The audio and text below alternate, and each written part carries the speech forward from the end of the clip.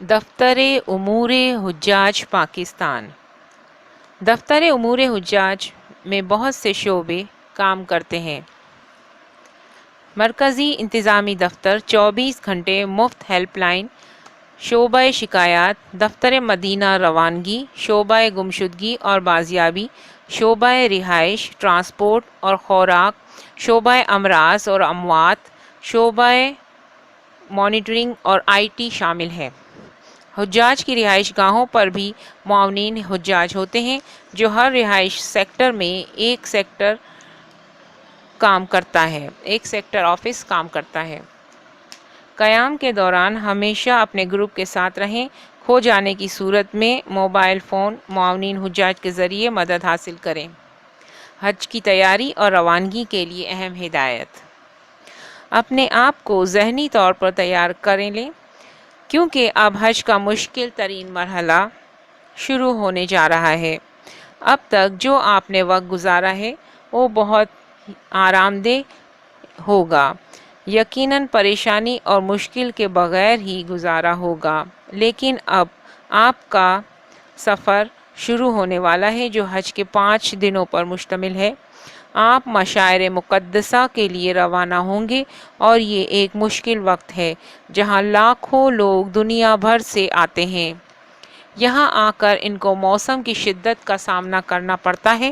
اب تک ہمیں دکھایا گیا کہ ہم بآسانی پیدل چل سکتے ہیں، کیونکہ بس آپ کو حرم کے تقریباً قریب اتارتی تھی۔ اب اگلے 5 دن آپ کے پاس آرام کے لیے بالکل وقت نہیں ہے۔ مینا اور مکاتب کے نقشے آپ کو اپنی بلڈنگ سے مل جاتے ہیں۔ یہ نقشہ مشاعر میں بھی جگہ جگہ نصب کیا گیا ہے۔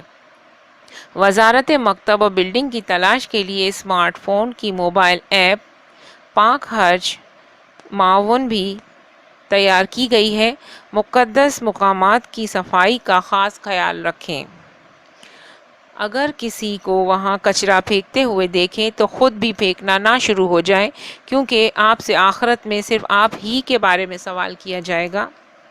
اس لیے اپنی طرف سے صفائی کا ہر ممکن خیال رکھیں۔ حج کے 5 دن کی مناسبت سے اپنے ساتھ کم از کم سامان رکھیں۔ احرام کی اضافی چادر، ایک جوڑا کپڑا اور چپل، مسواک، چارجر، مزدلفہ کے لیے چٹائی، ایک چھوٹا تکیہ وغیرہ۔ اپنی ایئر کنڈیشن رہائش گاہ سے نکل کر خیمہ بستیوں میں ہونے پر آپ کو نہایت گرمی اور حبس کا سامنا ہوگا۔ مینا پہنچ کر آپ کو انتہائی کم جگہ میں وقت گزارنا ہوگا۔ اس کے لیے ذہنی طور پر اپنے آپ کو تیار کر لیں۔ ایام حج میں کھانا مشکل سے اور تاخیر سے ملنے کا اندیشہ ہے، اس لیے صبر کا دامن ہاتھ سے نہ چھوڑیں اور اپنے ساتھ خشک خوراک، نمکو، بسکٹ وغیرہ اور جوس اور پانی ضرور رکھیں۔ وضو خانے میں صفائی اور پاکیزگی کا خیال رکھیں۔ پانی کا غیر ضروری استعمال ہرگز نہ کریں۔ حج کے فرائض اور واجبات۔ حج کے 3 فرائض ہیں۔ کسی ایک کے چھوٹ جانے سے حج نہیں ہوگا۔ احرام باندھنا، نیت کرنا، وقوف عرفات اور طواف زیارت۔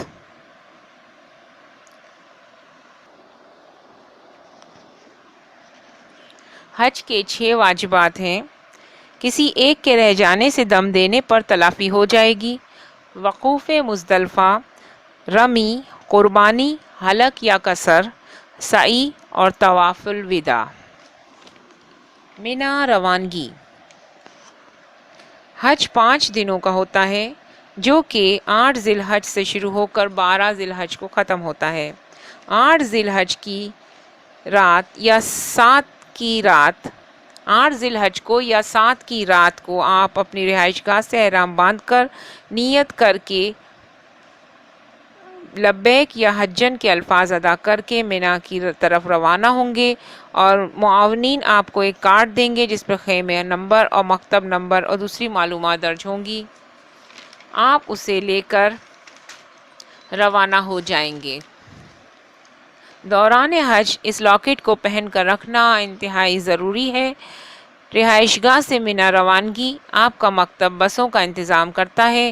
حاجیوں کو اس دوران انتظار کی زحمت بھی اٹھانی پڑ سکتی ہے، اور عزیزیہ کی رہائش گاہ سے منا کا فاصلہ 2 سے 4 کلومیٹر بنتا ہے۔ حجاج گروپ کی شکل میں 1 سے 1.5 گھنٹے میں پیدل منا پہنچ جاتے ہیں۔ منا 8 ذی الحج کو آپ منا میں ظہر اور عصر اور مغرب اور عشاء کی نمازیں ادا کریں گے۔ منا 6 سے 8 کلومیٹر راستہ سرنگوں کے ذریعے حرم کو جاتا ہے۔ منا سے حرم جانے کے لیے یہ راستہ سب سے مناسب ہے۔ رات منا میں ہی قیام ہوگا اور 9 ذی الحج فجر منا میں پڑھنے کے بعد طلوع آفتاب کا انتظار کریں، پھر عرفات کی طرف روانہ۔